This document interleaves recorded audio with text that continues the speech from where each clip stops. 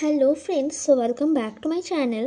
তো আজকের এই ভিডিওতে আমি তোমাদের সঙ্গে শেয়ার করব যে how to study less and get higher marks, মানে কিভাবে কম পড়েও ভালো মার্কস বা 90%-এর উপরে মার্কস তোমরা পেতে পারো। তো সেইটারই প্রত্যেকটা স্টেপ আজকে তোমাদের সঙ্গে আমি আলোচনা করব। আজকে মোট তোমাদের জন্য আমি 10টা স্টেপ নিয়ে এসেছি। তো ভিডিওটাকে শেষ পর্যন্ত দেখার চেষ্টা করবে, অ্যান্ড যদি ভিডিওটা ভালো লাগে দেন অবশ্যই ভিডিওটাকে সাবস্ক্রাইব করে দেবে। তো চলো দেরি না করে ভিডিওটা স্টার্ট করা। At first step number 1, study less understand more. মানে তুমি যদি কোনো একটা টপিক ঠিক আছে খুব ডিপলি পড়ো, তাহলে সেটা তোমার 5বার রিভিশন করার কোনোই দরকার হয় না। কিভাবে করবে এটা দেখো, পড়ার টাইমে নিজেকে জিজ্ঞাসা করতে থাকো যে কেন এটা হচ্ছে, মানে কোনো একটা টপিক আছে, সেই টপিকটা ধরে নাও কেন এটা হচ্ছে, what is the reason behind it.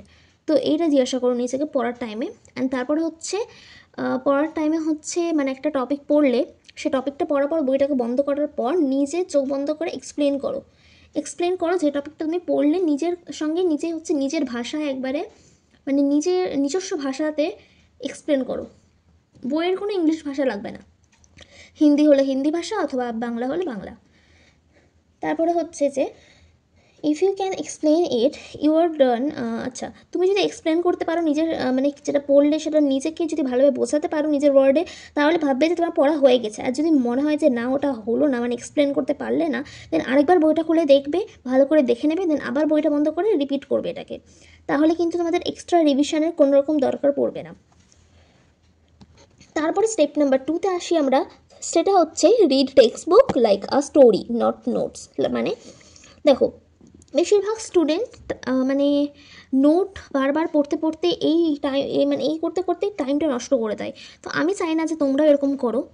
তো বেসিক্যালি এটাই বলতে চাইছে। অ্যান্ড এখানে যেটা করতে হবে, দেখো বোর্ড থেকে যে কোয়েশ্চেনগুলো হয় সেগুলো কিন্তু একেবারে স্ট্রেট টেক্সট বুক থেকে আসে। তো টেক্সট বুক যেটা, সেইটাকে ভালোভাবে পড়ো, বুঝলে? কী করতে হবে, ফার্স্ট টেক্সট বুক পড়লে দেন যেগুলো ইম্পর্টেন্ট লাইন সেগুলোকে মার্ক করলে, এই হাইলাইটার সবারই কাছে অ্যাভেলেবেল থাকে, এরকম একটা হাইলাইটার নিলে সেটাকে মার্ক করলে, অ্যান্ড রিভিশনের টাইমে জাস্ট ওই লাইনগুলোকেই পড়লে যেগুলো তুমি মার্ক করেছিলে, ঠিক আছে? আর এটা কিন্তু তোমাদের টাইম বাঁচাবে, বিকজ এখানে আমরা কথা বলছি কম সময়ের মধ্যে কাজ বেশি যেন আমরা পাই, তো এই জন্যই এটা বলা। নেক্সট স্টেপ নাম্বার 3তে আসি, সেটা হচ্ছে master the high weight topics only. মানে দেখো, তোমার কিন্তু কোনো 100% প্রত্যেকটা চ্যাপ্টার পড়ার দরকার নেই। প্রত্যেকটা এক্সামে 20-30% হাই ভ্যালু টপিক্স বা চ্যাপ্টার থাকে, যেটা তোমাকে 60-70 অথবা 80% নাম্বার পর্যন্ত বা মার্কস দিতে পারবে।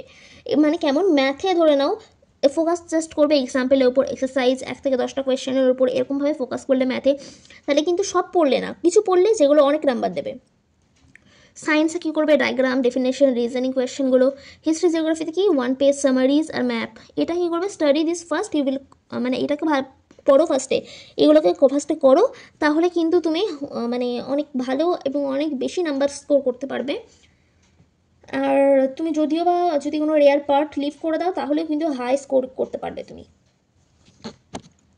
নেক্সট স্টেপ নাম্বার 4 হচ্ছে ইউজ এক্সাম রাইটিং স্টাইল। মানে দেখো, জানো যে শুধুমাত্র চ্যাপ্টার পড়লে দেখো, you can know the chapter but still lose marks. মানে কি, তুমি চ্যাপ্টারটা জানতে পারো কিন্তু তাও তুমি মার্কস লুজ করছো, মার্কস আসছে না কেন?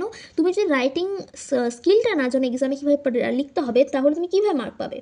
তো সেক্ষেত্রে আমাদেরকে এটা শিখতে হবে। দেখো, remember begin with definition or point.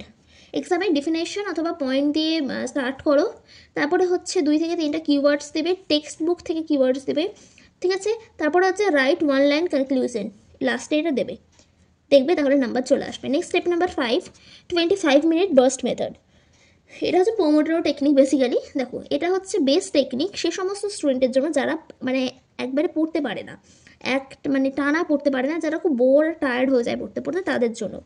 দেখো কী করবে, 25 মিনিট পড়লে 5 মিনিট ব্রেক নিলে, এটাকে যদি 3বার করো তাহলে কী হবে, 1 ঘন্টা 15 মিনিট, তাহলে আমরা কিন্তু গোটা চ্যাপ্টার ফিনিশ করতে পারবো। নেক্সট স্টেপ নাম্বার 6 হচ্ছে don't make notes, make questions. মানে দেখে নাও, দেখো, write only questions not answer, মানে শুধুমাত্র নোটসে তোমার যে নোটস আছে না, সেই নোটসের ক্ষেত্রে দুটো খাতা বানাবে, একটা তো নর্মাল নোট, একটা হচ্ছে কোয়েশ্চেন অ্যান্সার টাইপসের।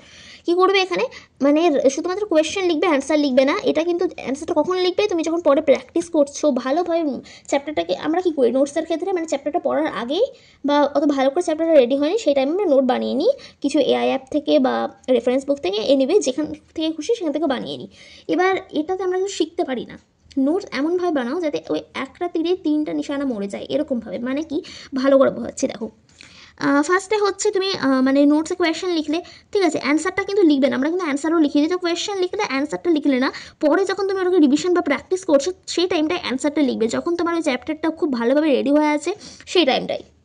এটাতে কিন্তু তোমার রিভিশন প্লাস নোটস দুটো একসঙ্গেই হয়ে যাবে, তাহলে এক্সট্রা টাইম কিন্তু আমাদের লাগবে না। আর এক্সট্রা টাইম আমাদের দেওয়া যাবেও না, কারণ আমরা এখানে কম টাইমের মধ্যে বেশি মার্কস পাওয়ার ভিডিও দেখছি এই জন্য।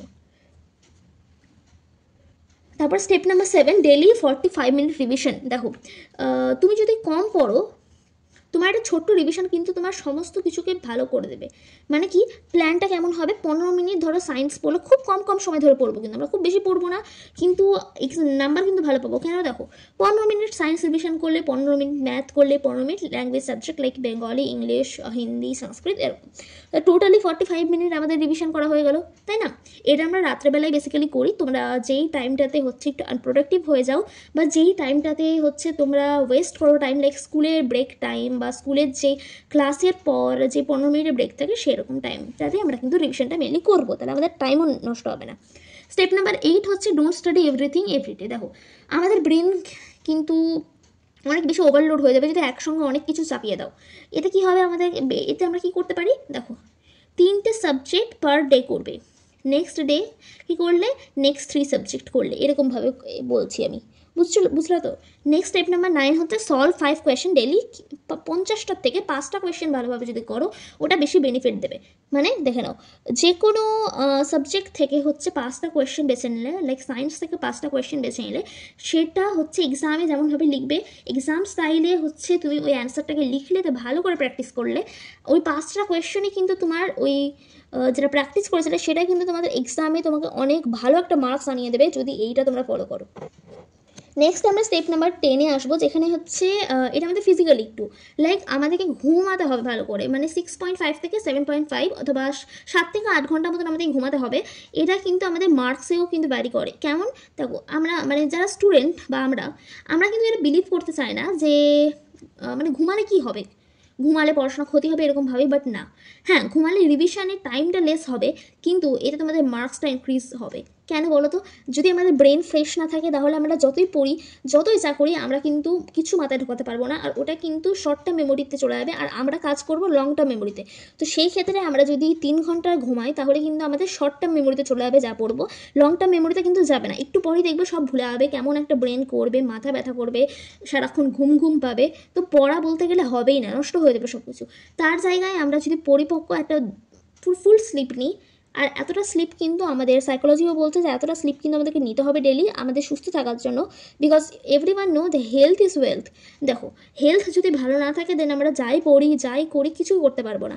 দেখো হ্যাঁ আমি মানলাম যে তোমরা মানে অসুস্থ আছো, সুস্থ থাকার টাইমে আমরা যতটা পরিমাণ পড়ি, অসুস্থ হলে কিন্তু আমরা পড়তে পারি না, এটা আমি নিজে এক্সপিরিয়েন্স করেছি আর করছিও। তোমরা হয়তো জানো না যে আমি খুবই অসুস্থ, তো আমি তোমাদেরকে একটু হিন্ট দিয়ে দিলাম জাস্ট। তো এই অসুস্থ অবস্থায় পড়াটা প্রচণ্ড ডিফিকাল্ট হয়ে যায় স্টুডেন্টসদের জন্য, তো এই কারণে আমরা যদি ভালো করে ঘুমাই তাহলে আমরা কিন্তু অসুস্থ হব না, অসুস্থ হওয়ার চান্সটা কিন্তু অনেকটা কমবে। কারণ এটা সাইকোলজি বলছে যে 3 ঘন্টা ঘুমালে কিন্তু তোমার অসুস্থ হওয়ার চান্সটা প্রচুরই বেড়ে যাচ্ছে, প্রচুরই বেড়ে যাচ্ছে। তো সেই ক্ষেত্রে আমরা এতটা পরিমাণ ঘুম কিন্তু নিব, আর এটা কিন্তু তুমি হচ্ছে কমেন্টে আমাকে প্রমিস করো যে তোমরা এতটা পরিমাণ ঘুমাবে। তা বলে কিন্তু খুব বেশি ঘুমিয়ে যাবে না, মানে ওই 7 থেকে 8 ঘন্টা মতন টোটালি ঘুমালে, ঠিক আছে? তো আশা করছি এই ভিডিওটা তোমাদের ভালো লেগেছে, অ্যান্ড এই ভিডিওতে আমি যতটা পেরেছি তোমাদের সঙ্গে শেয়ার করার চেষ্টা করেছি, 10টা স্টেপ দিয়ে তোমাদেরকে খুব ভালোভাবে বোঝানোর চেষ্টা করেছি। কোনো এমন যদি স্টেপ থাকে যেটা তোমাদের বুঝতে অসুবিধা হয়েছে বা তোমরা ওটা ফলো করতে পারছো না, প্রবলেম হচ্ছে, দেন ডেফিনেটলি তোমরা 1 মিনিটও নষ্ট করবে না, অ্যান্ড আমার কমেন্টে কিন্তু লিখে দেবে যে এটা আমরা বুঝতে পারছি না বা এটা হচ্ছে আমাদেরকে ফলো করতে পারছি না এটা আমরা। তো আমি তোমাদেরকে কমেন্টে কিন্তু এক্সপ্লেনেশন আর হেল্প করে দেবো। তো নির্দ্বিধায় তোমরা আমাকে কমেন্ট জানাতে পারো, and this is for today's video, so thanks for watching and by.